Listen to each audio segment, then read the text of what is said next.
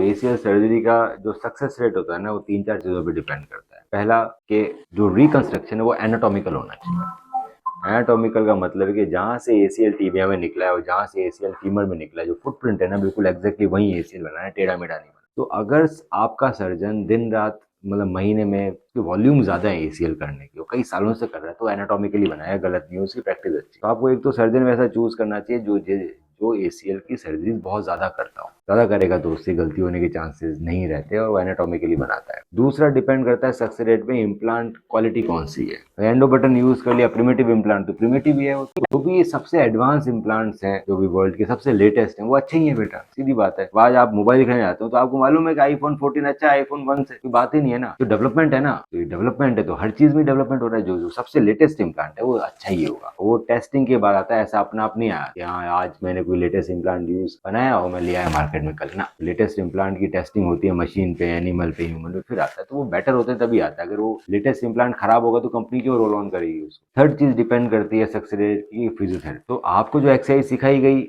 आपने वो करी और आपने एक एक्सरसाइज मिस कर दी, आपको लगा कि मेरा एसीएल टूट जाएगा एक्सरसाइज करने से, इस एक्सरसाइज में मुझे दर्द हो रहा है, आपको डर लग रहा है, वो मिस करने से आपके रिजल्ट खराब हो। डॉक्टर ने तो आपको रिकमेंड करी थी, आपने अपने डर की वजह से या दर्द की वजह से नहीं। बहुत जरूरी है कि एक्सपर्ट होना फिजियोथेरेपिस्ट को, जो सिर्फ एसीएल के पेशेंट ही देखता हो, या वो गाइड कर सके और आपको समझा सके कि नहीं ये एक्सरसाइज करना जरूरी है, इसमें दर्द होगा पर ये जरूरी है, इससे आपके लिगामेंट को डैमेज नहीं। और दूसरा हमारा सिस्टम ऐसा है कि हम आपको ऑनलाइन सिखाते हैं और आपकी हम वीडियोज मंगाते हैं, हम देखते रहते हैं कि आप गलत कर रहे हो एक्सरसाइज, सही कर रहे हो एवरी वीक। तो अगर आपने कोई एक्सरसाइज का फॉर्म गलत किया या आपने एक्सरसाइज मिस कर दी, तो हमें 1 महीने तक वेट करने की जरूरत नहीं है कि हमें मालूम पड़ेगा, हमें उसी दिन मालूम पड़ जाएगा, तुरंत फीडबैक दे सकते हैं। इसलिए वो ग्रुप डेवलप किया गया है। फिजियोथेरेपी भी सारे हमारे एक्सपर्ट हैं, सिर्फ एसीएल देख। चौथी चीज डिपेंड करती है कि हॉस्पिटल कैसे है। इन्फेक्शन एक बड़ा कारण रहता है फेलियर का। अगर आपके ऑपरेशन थिएटर में इन्फेक्शन वाला पेशेंट का ऑपरेशन हुआ है, उसके बाद आपका हो रहा है ऑपरेशन, तो आपको इन्फेक्शन हो सकता है। इन्फेक्शन से लगता है, वो बाहर के एनवायरमेंट से लगना मुश्किल होता है। यहाँ तक क्या होता है, इन्फेक्टिव ऑर्गेनिज्म अलग होते हैं, नॉन इन्फेक्टिव अलग होते हैं। बैक्टीरिया हर जगह, बिना बैक्टीरिया तो नहीं है जिंदगी, यहाँ भी बैक्टीरिया है, पर ये बैक्टीरिया आपको इन्फेक्शन नहीं देंगे। क्यों? क्योंकि ये नॉन इन्फेक्टिव बैक्टीरिया है। इन्फेक्टिव बैक्टीरिया पेशेंट के अंदर है, जिसको इन्फेक्ट, उस सेटअप में आपको ऑपरेशन कराना चाहिए जहाँ पे बाकी पेशेंट आते ही नहीं।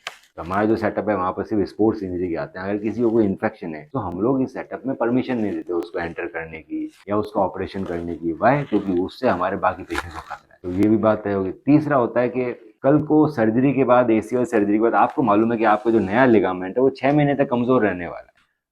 गिरोगे तो फट जाएगा, फेलियर हो जाएगा। इसीलिए इंटरनल ब्रेस लगा हुआ है। कल को गिर जाओ, जैसे आप गाड़ी चलाते हो सीट बेल्ट पहन के चलाते हो ना, बिना सीट बेल्ट नहीं चलाते, हेलमेट पहनते हो, बाइक चलाते हो, गिरता तो है ही ना इंसान, एक्सीडेंट हो ही सकता है। तो उन एक्सीडेंट से भी बचने के लिए आपका इंटरनल ब्रेस हो गया, तो सक्सेस रेट तो हाई आएंगी।